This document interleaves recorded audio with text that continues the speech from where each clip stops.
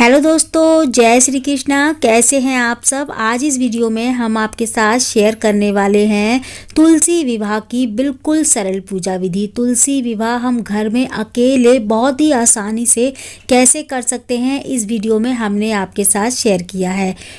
Friends, Kartik माह की शुक्ल पक्ष की देवउठनी एकादशी को तुलसी विवाह कराया जाता है। हर साल कुछ जगहों पे तुलसी विवाह जो है ना द्वादशी तिथि पे कराया जाता है, मतलब देवउठनी एकादशी के अगले दिन कराया जाता है।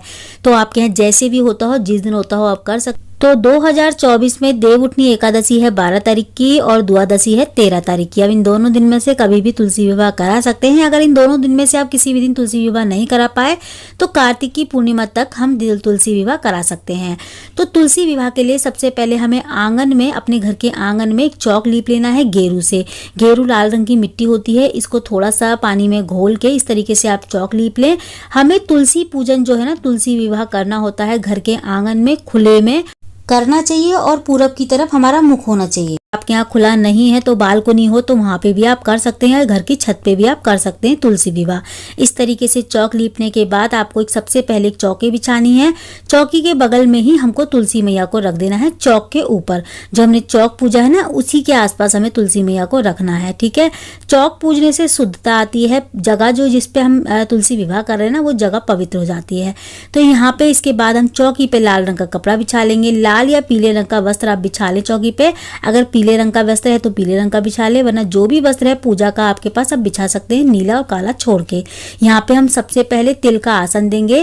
देवउठनी एकादशी के दिन तिल का ही उपयोग करना चाहिए, चावल का उपयोग नहीं किया जाता। तो हम चावल थोड़े से तिल का आसन दे के सबसे पहले गणपति जी की स्थापना कर लेंगे। तो गणपति जी को हमें इस पूजा में जरूर शामिल करना है।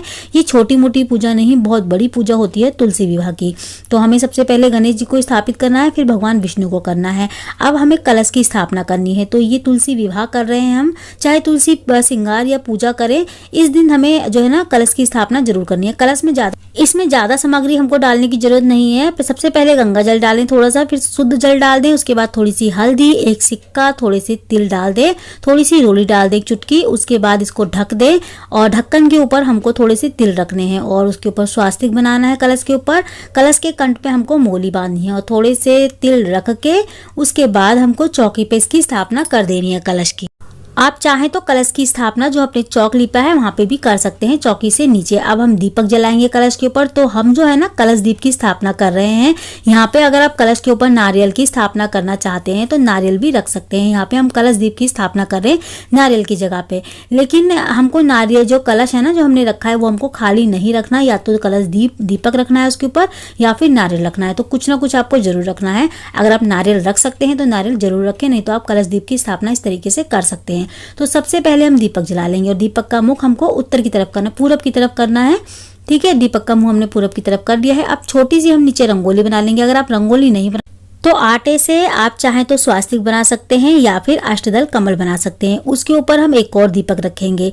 तो वो जो दीपक रखा है ना हमने कलश के ऊपर, उसको तो हमें नहीं उठाना। पूरी पूजा जब तक संपन्न ना हो तब तक वो दीपक हमें नहीं उठाना होता। मतलब वो दीपक हमें अगले दिन तक नहीं उठाना होता। अगर हम शाम को पूजा कर रहे हैं तो अगले दिन तक हम दीपक नहीं उठाएंगे। सुबह पूजा कर रहे हैं तो शाम तक हमने नहीं उठाना उसको। नीचे जो दीपक रखा है उसको हम आरती के लिए ले सकते हैं। ठीक है, तो ये पूजा के लिए दीपक हमें अलग से लगाना है। यहाँ पे सबसे पहले हम भावपूर्वक स्नान करा लेंगे सभी को। भगवान गणेश को सबसे पहले कराएं, उसके बाद भगवान विष्णु को, कलश को, तुलसी मैया को। तुलसी मैया को देवउठनी एकादशी के दिन अगर आप तुलसी विवाह करा रहे हैं तो तुलसी में आप जल ना सींचे, अगले दिन द्वादशी में आप जल सींच सकते हैं अगर द्वादशी में आप तुलसी विवाह करा रहे हैं तो। सबसे पहले हमको गणेश जी को हल्दी और रोली और आपको चंदन का तिलक करना है, फिर आपको फूल चढ़ाने हैं, फिर जो है ना वस्त्र स्वरूप कलावा चढ़ाना है। तो सबसे पहले हमें गणेश जी का पूजन करना है। गणेश जी को इस पूजा में हमें बुलाना है, आमंत्रित करना है, क्योंकि भगवान गणेश के बिना सारी पूजाएं अधूरी होती हैं। इनके बिना कोई पूजा पूर्ण नहीं मानी जाती। इसके बाद हम सीधे हाथ में एक फूल लेके, थोड़े से तिल लेके जो है ना संकल्प लेंगे इस पूजा का। अगर आप तुलसी विवाह करा रहे हैं तो आपको संकल्प लेना भी बहुत जरूरी होता है तुलसी विवाह का। ठीक है, तो हम संकल्प ले लेंगे। संकल्प लेने के बाद हमें ना जो फूल और जो हमने तिल लिए हैं उसको हम भगवान के चरणों में ही छोड़ देंगे। उसके बाद अब हम करेंगे इस पूजा पूजा विधि शुरू। तो हम भगवान, देखिए हमने गणेश जी की पूजन तो पहले ही कर लिया है, अब हम भगवान विष्णु का, माता तुलसी का करेंगे। तो सबसे पहले हम भगवान विष्णु को जो है ना चंदन का तिलक लगा लेंगे, और जो हमने कलश की स्थापना की है, कलश को भी हम, जो हमने स्वास्तिक बनाया वहाँ पे हम तिलक कर लेंगे।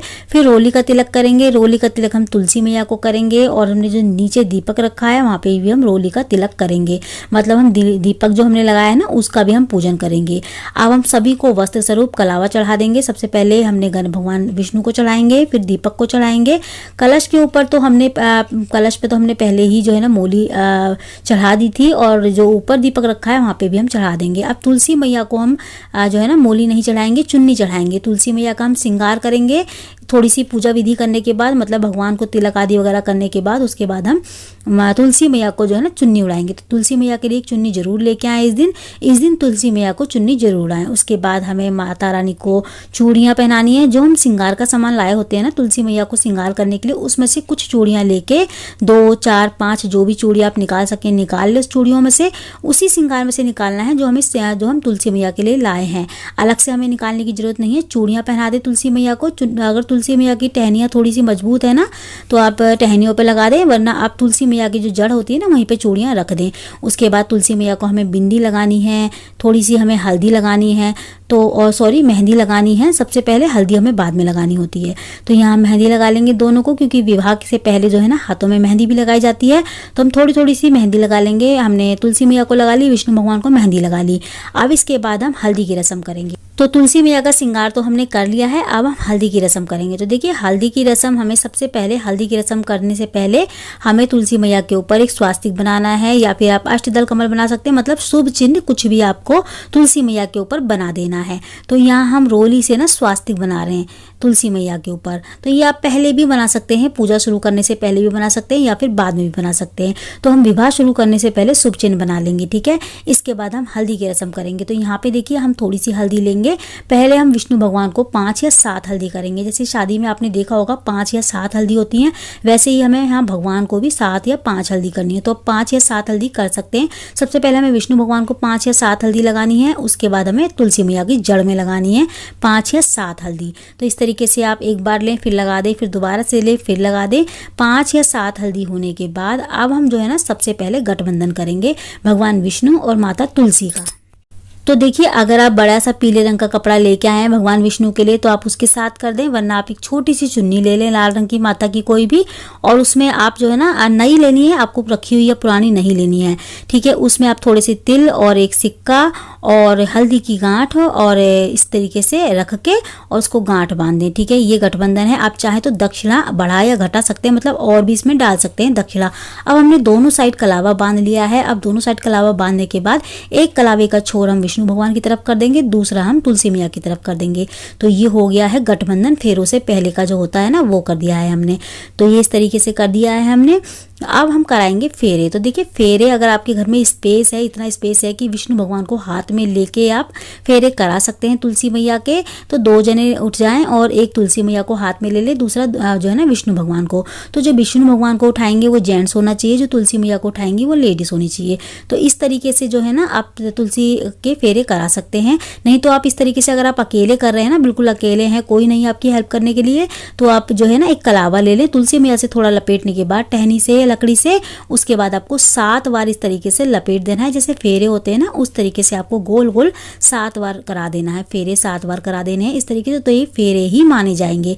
इस तरीके से आपको, जैसे मैं लपेट रही हूँ ना अभी कलावे को, इस तरीके से आपको दोनों को आपस में लपेटना है। तुलसी मैया को और भगवान विष्णु को आपको आपस में लपेटना है, ठीक है। इस तरीके से 7 बार ये विधि करने के बाद ये फेरे हो जाते हैं संपन्न।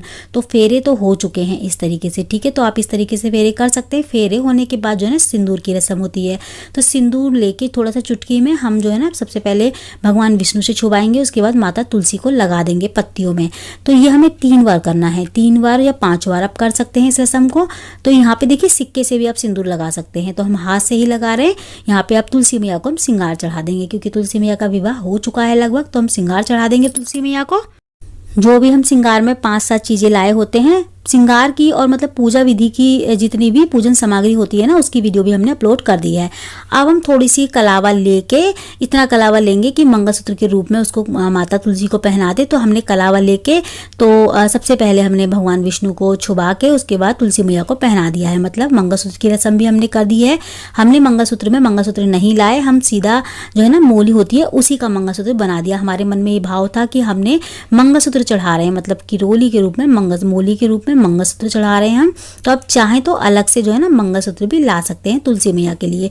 आप चांदी सोने का नहीं लगा सकते तो आप आर्टिफिशियल का ले आए, वो भी चढ़ा सकते हैं, वरना आप इस तरीके से मोली का ही मंगलसूत्र ला के चढ़ा सकते हैं मैया रानी को। उसको आपको हटाना नहीं है, तुलसी से ही बाद में लपेट देना है, ठीक है। और इसके बाद हम जयमाला मतलब फूल वगैरह चढ़ा देंगे। जयमाला हमने इसमें नहीं कराई है, आप चाहें तो शुरुआत में जयमाला भी करा सकते हैं। तो यहाँ पे हमने माला चढ़ा दी है, फूल वगैरह चढ़ा दिए हैं, विवाह हो चुका है। तो विवाह के बाद फूल चढ़ाना तो बनता ही है। तो यहाँ पे हम सभी को फूल चढ़ा रहे हैं। माता तुलसी को हमने लाल रंग का गुलाब का फूल चढ़ा दिया है। अब भगवान गणेश को सबसे पहले हम बिना तुलसी का भोग लगाएंगे। मीठे का भोग लगा दिया है, यहाँ पे हमने फल का भोग लगा दिया है। भगवान गणेश को लगाया सबसे पहले भोग, उसके बाद हम भगवान विष्णु को तुलसी के साथ जो है ना मीठे का भोग लगाएंगे।